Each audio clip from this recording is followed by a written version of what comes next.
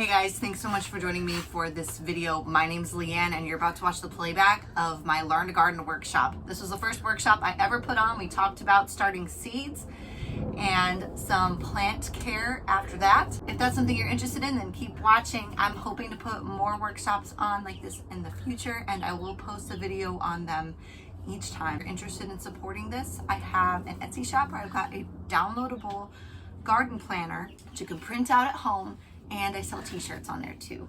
Thanks again for watching, guys, and enjoy.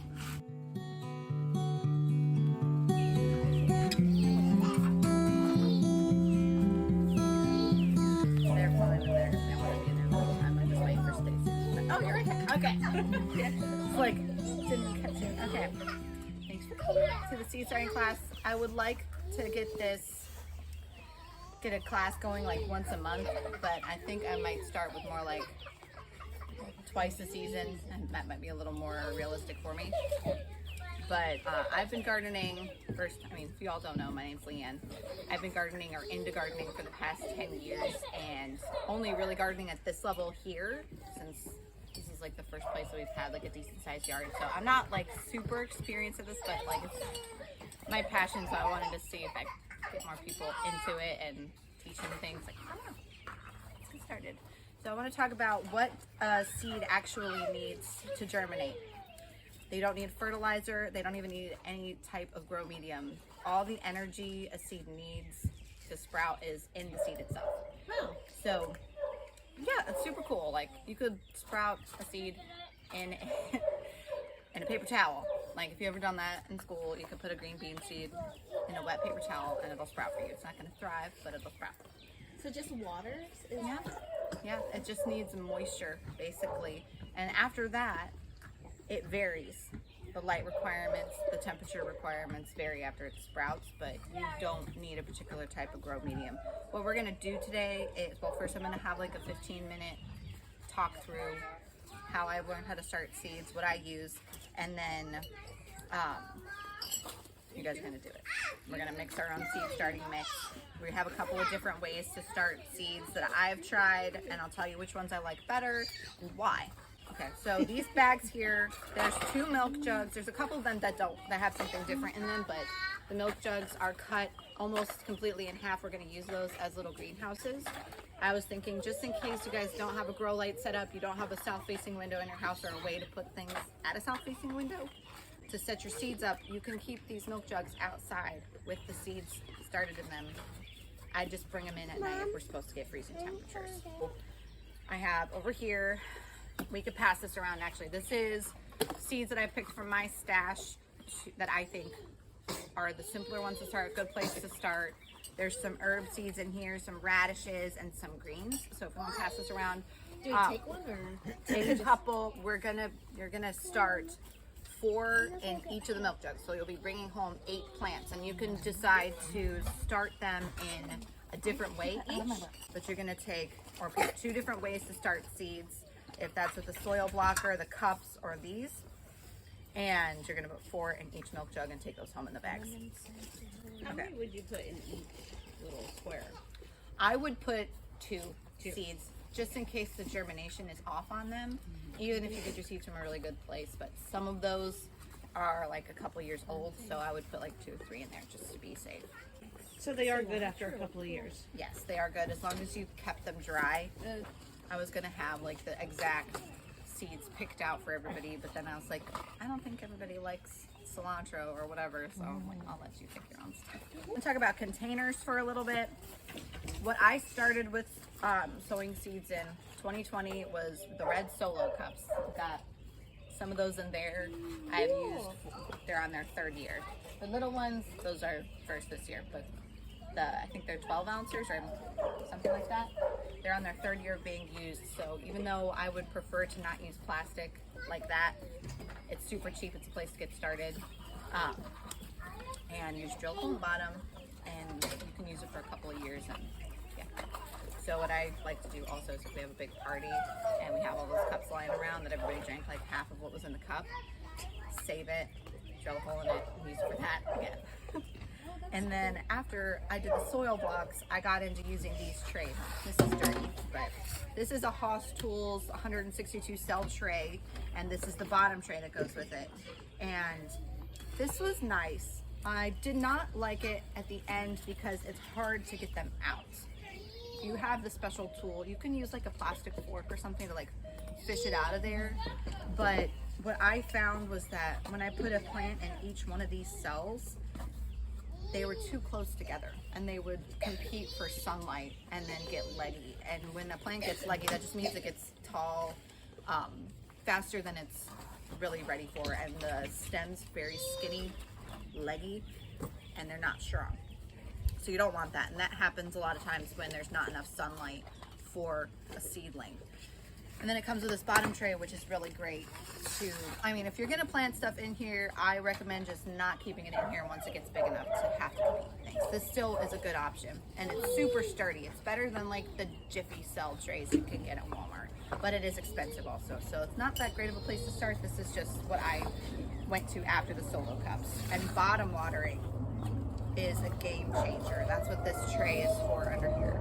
When you water over top of the plants, it can cause fungal issues a lot of time on the leaves, or it can make the soil splash up onto the plants and just cause issues that way. So bottom watering is just a little less messy. However, after I did this and I realized that I don't like having to fish that out of there, I discovered the soil blocking. And one of my biggest qualms with this is every year you need to wash it. And same with all the little cups. You need to wash those because, again, like fungal issues can happen if you don't. And that can cause the plant to dampen off or just not thrive. It's just another way. Is fungal issue if it's like too much moisture? Yes, also. So That's why there's drains, right? right, yeah. So this is a soil blocker. This is a little soil blocker. I start with this one, but we're not going to use this one today. I'll have it out here to show you. This has these that are the perfect size to put these in. I start with this one because I can start hundreds at a time with minimal supplies. And I only have to wash this thing, so I really like that. Continuing with containers, we need to drill holes in these, which we'll get a drill out of the garage and do that when we get ready to do that. But when you're looking for a container to start your seeds in, anything can be used that has the ability to have a drainage hole in it. I wouldn't use a glass jar, and that's, or like a tin can, unless you put a hole in it. And that's basically it. Like these, I don't have a ton of experience with these. I've used them a little bit. These are donated by my neighbor, actually, for the class. The biggest issue people have with these is that they dry out really quickly. So if you pick these to start your season, you just want to make sure you stay on top of it. Check it every day. I recommend checking it in the morning and then checking it at night for a couple of days when you start out. Get an idea of how quickly it dries out in the environment you have it in, because if you have it in your house and you keep it different temperature than I do, it might dry out faster or slower. We're going to cut these in half because I think only 4 will fit in a milk jug. But, and it'll just decompose. Yes, this will decompose eventually. That's another reason we're using the milk jugs, because if they start to fall apart, it's really hard to pick these up when they're wet. So that way you could just have it in milk. Okay, next, grow medium. A grow medium is just whatever type of dirt you use for your seeds to start in. It could be a paper towel. It doesn't have to be anything in particular. For starting your seeds like in something like this, or even like an egg carton, I would use something really simple, like just a peat moss or a coconut core. Is peat moss. I typically use peat moss because I just see it more in the stores than I see the coconut core stuff. So we're going to use this as the base for our grow medium, and then this is mushroom compost, which is just compost that was used to grow mushrooms. It still has a lot of nutritional value in it, and they resell it, but it's like the cheapest option for compost at the big box stores like Lowe's and stuff. And this brand in particular is like the cheapest. So, or we'll have to make sure we get like the chunks out. But I wanted to wait to mix this up until you guys were here so you can see like how wet it needs to be. The compost? Yes. So we're gonna mix this, the compost, worm castings, and these two. So I'm gonna tell you a little bit about. Okay. So I've never heard of moss, like Peat moss. It's okay. Is that the same that they use in like the composting toilet? Is that the same thing? It might be. I don't know a whole lot about that though, so I don't want to speak on something. Okay, so sphagnum peat. What I understand is that it is a type of moss that like grows in swamps in Canada. Oh, okay. I would do a little further research on that, but So don't worry about the kids. they're good. They're playing. But yeah, it's a type of moss. They harvest it, dry it, and sell it to people to start their seeds in and stuff. That's interesting. It is a neutral grow medium. I've heard people say that it is a little acidic, but then I've also heard people say that it's not. So whenever you hear something like that, when somebody says this is for sure this way when it comes to gardening or really anything, research it a little bit more because it's probably not. So what grow medium should you start with? Like I said, if you're starting with something small like this or with an egg carton that you're gonna up pot it, which just means put it in a bigger pot, I would use something simple like this because this is very fine. You don't want to use anything that has clumps in it when you're making your little soil blocks or the egg cartons because the seeds might not be able to get through the bigger chunks in the grow medium. So that's why this is great because this is really, really fine. Same with the coconut core. Okay, next. But if you're using something larger, I've heard it recommended to use a potting mix just on its own to start your seeds. I like to do it this way because I can start more and then I don't have a bunch of little cups to clean. The little cups is my biggest thing. Okay. So the seed starting mixes that you get at the store, like the Jiffy little bags, like this big, $6. Those are fine to start out with. I've used those. If you want to use that, no big deal. I don't use them anymore because I find it to be a little more affordable to do it this way. Also, I'm like a chronic DIYer where I have to make most of my stuff myself because I want to know what's in it. Those mixes of potting mix or the mixes of seed starting mix at the store don't have very much in them but that. So you wouldn't want to start your seeds in that and leave it in there for the entire time you have it in a pot. You would eventually want to put it in a bigger pot and something a little more nutritious for the plant.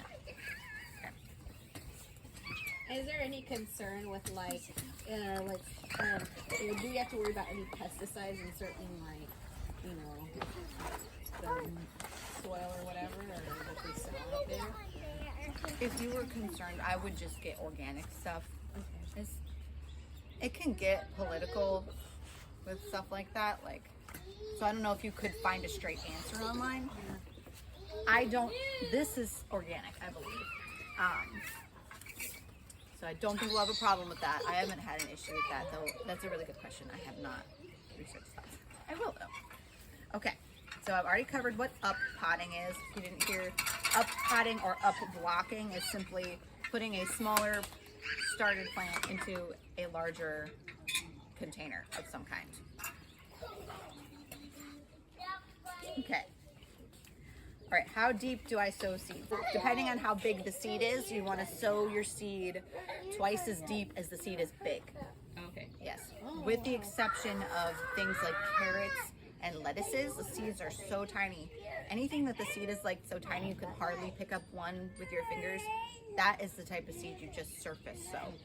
So that's literally you get the soil damp first and then you put the seed on top and that's it. Temperature requirements for starting your seeds. So the reason we start seeds indoors typically is because it's too cold in the winter for them to sprout. So a household temperature, typically we keep our house 69. That I just want to make sure to back up into him. We keep our house usually 69, 70 around there.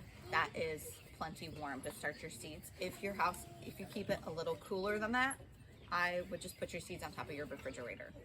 It's usually a little warmer up there or up on top of your cabinets. I wouldn't put it up there if you're not going to check it though. Somewhere where you're going to check it is better than on top of the fridge. Airflow and starting seeds. So we talked about the fungal issues. Fungal issues can cause in young plants something called dampening off, which is when, how I understand it, and if anybody watching knows differently, correct in the comments. How I understand it is the fungus basically eats away. What's happening? Because some of mine are actually flopping over like that right now. Should I just toss the whole thing? Because most likely that's the issue. And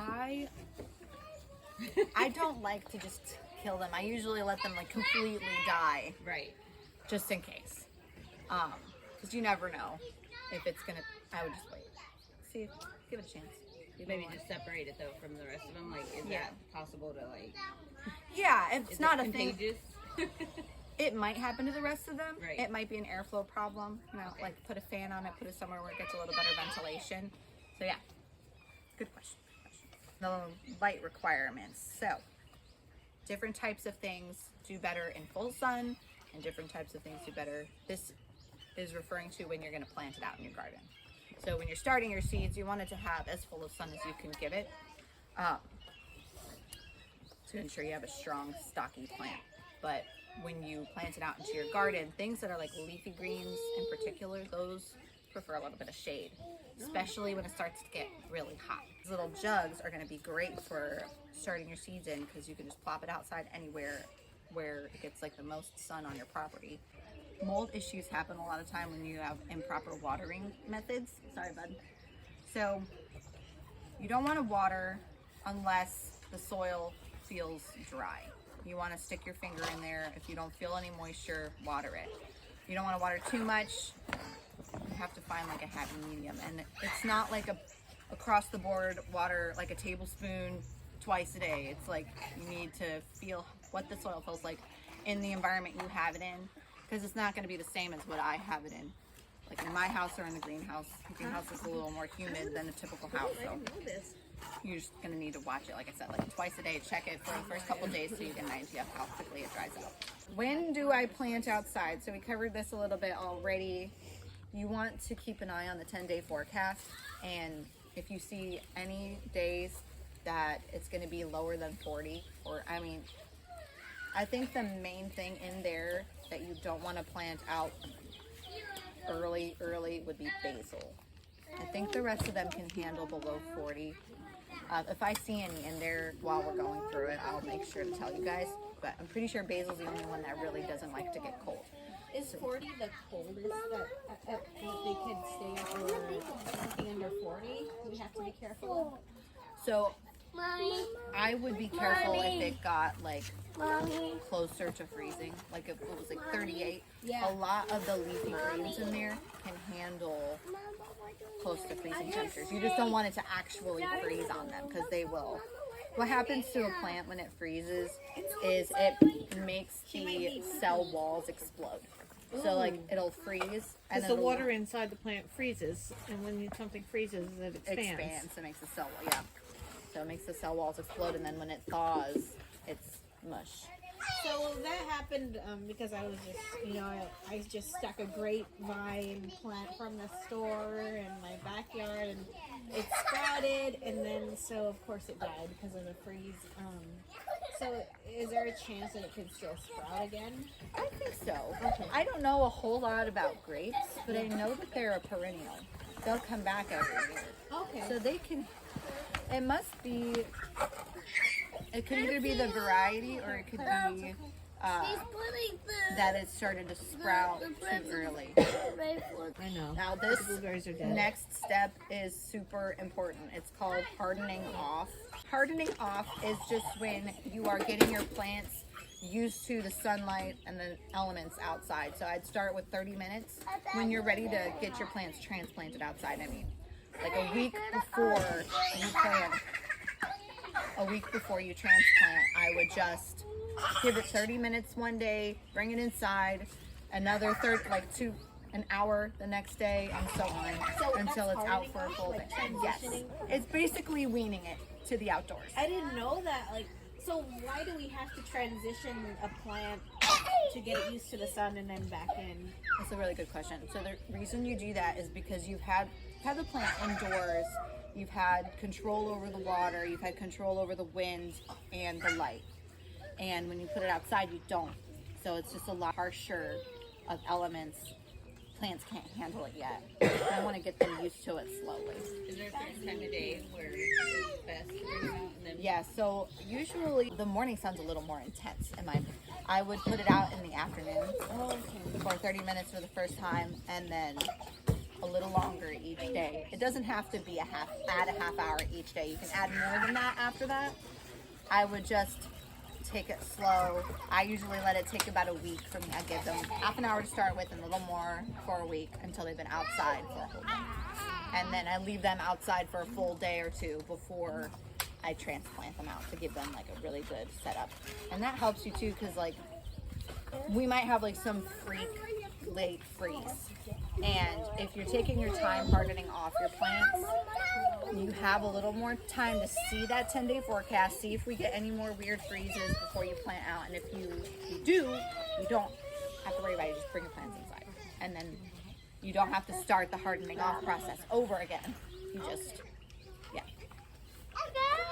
Everybody who wants to start their own seeds, grab a bag and then pick your seed varieties. There's plenty for everyone, even if the kiddos want to do it. My phone storage ran out when we were talking about how to mix the seed starting mix. So if you want the recipe of how I did this, I will add that in the description. Thanks so much for watching until the end, guys. If you want to see more videos like this, I'm hoping to post a video from each workshop. And if you want to support this channel, take a look at my Etsy shop to see what I've got. Thanks again. Bye.